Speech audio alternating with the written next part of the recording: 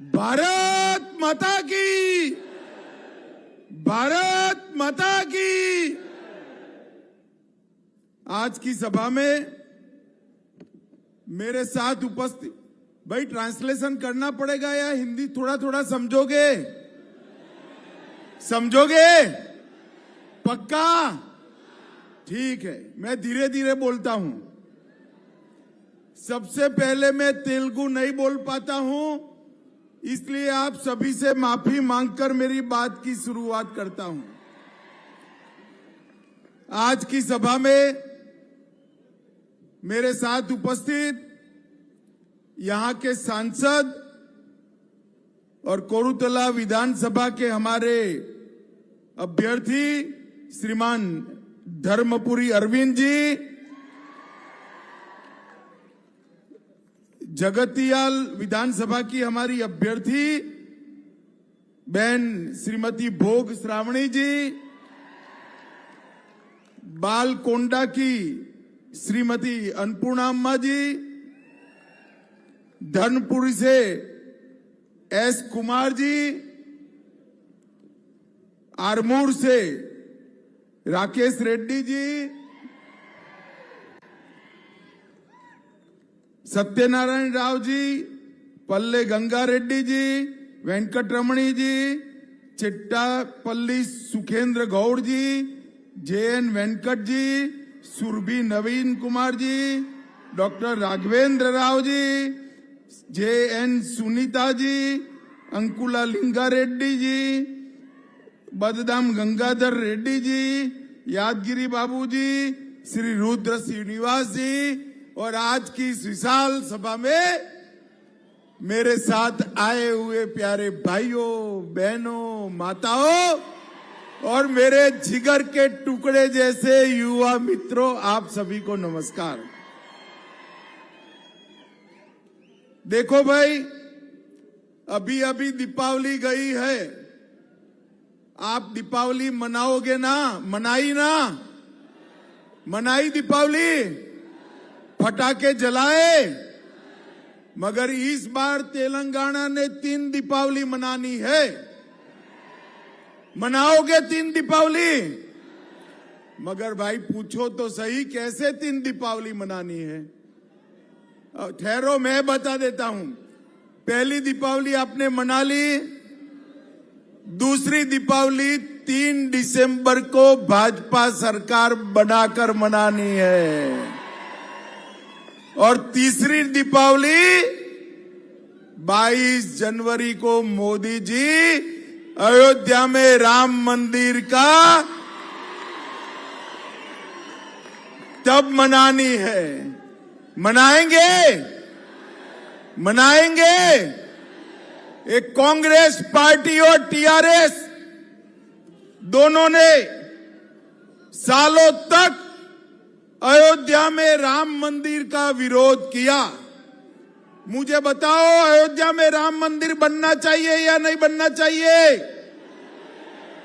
अब 22 तारीख को मोदी जी प्राण प्रतिष्ठा करने वाले हैं। आप सभी को मेरा निमंत्रण है कि अयोध्या में रामलल्ला के दर्शन करने के लिए जाइए। अब जाना है ना? जाना है या नहीं जाना है? तो खर्चा होगा ना?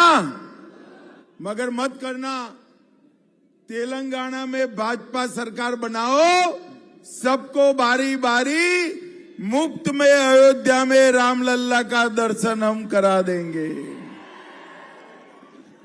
भाई और बहनों, आपके सांसद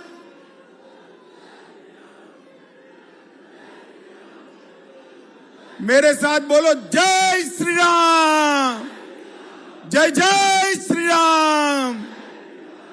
मित्रों, आपके सांसद, उनसे मेरी एक फरियाद है।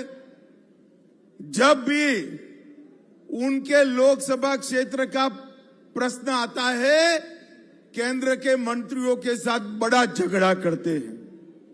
मैं आपको बताता हूं, ये टर्मरिक बोर्ड के लिए टर्मरिक बोर्ड के लिए अरविंद धर्मपुरी ने केंद्र में सबके साथ झगड़ा किया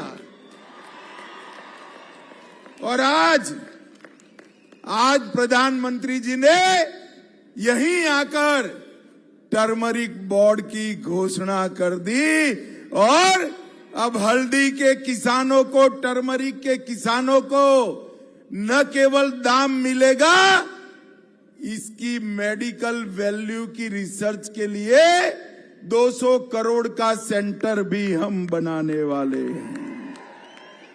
भाई और बहनों, ये केसीआर सालों से टर्मरिक बोर्ड नहीं बनाते थे, ये राज्य सरकार भी बना सकती थी, मगर मोदी जी ने टर्मरिक बोर्ड बनाकर उत्तर तेलंगाना के सारे किसानों की पुरानी समस्या का समाधान किया। अब ये धर्मपुरी मेरे पीछे पड़े हैं कि यहां पर 3 शुगर फैक्ट्रियां है, इसको रिवाइव कर दो। करनी चाहिए ना, करनी चाहिए ना। देखो भाई, मैं कहकर जाता हूं, भारतीय जनता पार्टी की तेलंगाना सरकार बनेगी वो, और भारत सरकार तीनों शुगर फैक्ट्रियों को रिवाइव कर फिर किसानों को देंगे।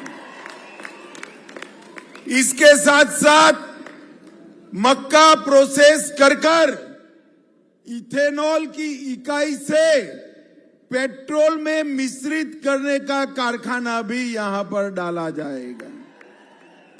मित्रों, भारतीय जनता पार्टी ने तय किया है कि पूरे तेलंगाना में लाखों बीड़ी के वर्कर है या नहीं है? ये निजामाबाद में भी 3 लाख से ज्यादा बीड़ी वर्कर है। अब करोड़ों रुपए का फंड पड़ा है, इसका उपयोग क्या?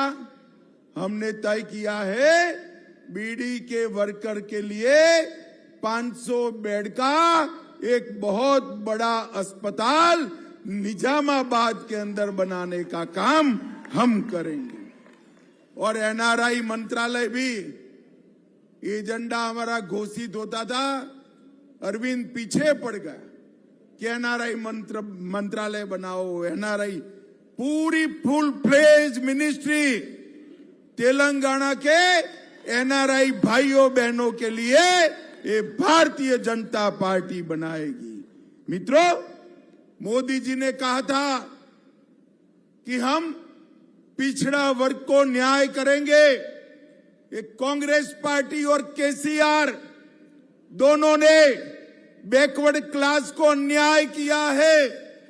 केसीआर ने 2014 में कहा था उनकी पार्टी का बहुमत दीजिए, हम दलित मुख्यमंत्री बनाएंगे, मगर उन्होंने दलित मुख्यमंत्री नहीं बनाया, खुद बन गए ना। अब अपने बेटे को बनाना चाहते हैं। मित्रों, भारतीय जनता पार्टी ने तय किया है कि बैकवर्ड क्लास का सीएम तेलंगाना को देने का काम ये भारतीय जनता पार्टी करेगी। इसके साथ साथ माड़ीगा समाज को बहुत अन्याय रिजर्वेशन में होता है। हमने तय किया है कि माड़ीगा समाज को एससी कैटेगरी के रिजर्वेशन में वर्टिकल कोटा देकर माड़ीगा समाज के साथ न्याय करने का काम ये भारतीय जनता पार्टी की सरकार करेगी। भाइयों और बहनों,